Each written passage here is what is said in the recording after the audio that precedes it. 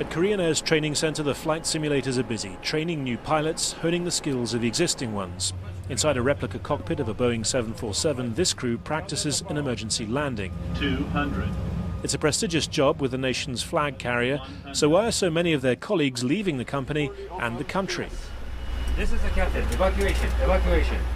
첫 번째로는 The first reason is that Korean airline system could not provide any hope for the pilots.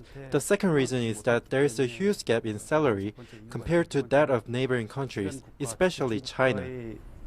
Last year, 122 pilots left the company, more than 7 times the number for the year before.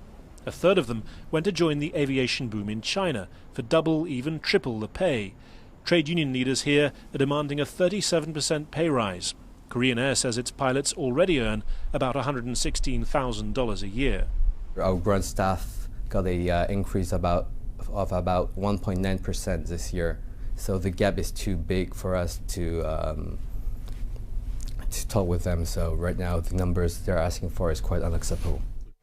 Union leaders also say the flood of departures is creating a safety issue. The proportion of pilots Korean Air is recruiting from overseas is going up.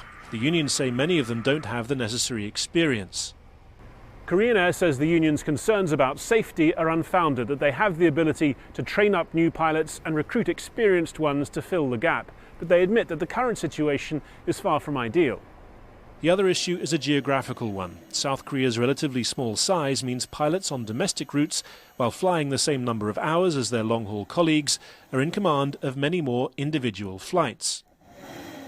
So in that case, the labor intensity and the stress could be doubled up for the more frequent flight pilots. So when we are investigating the by government, they don't count that kind of a frequency fact.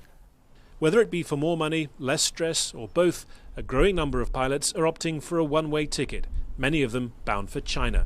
Harry Fawcett, Al Jazeera, Seoul.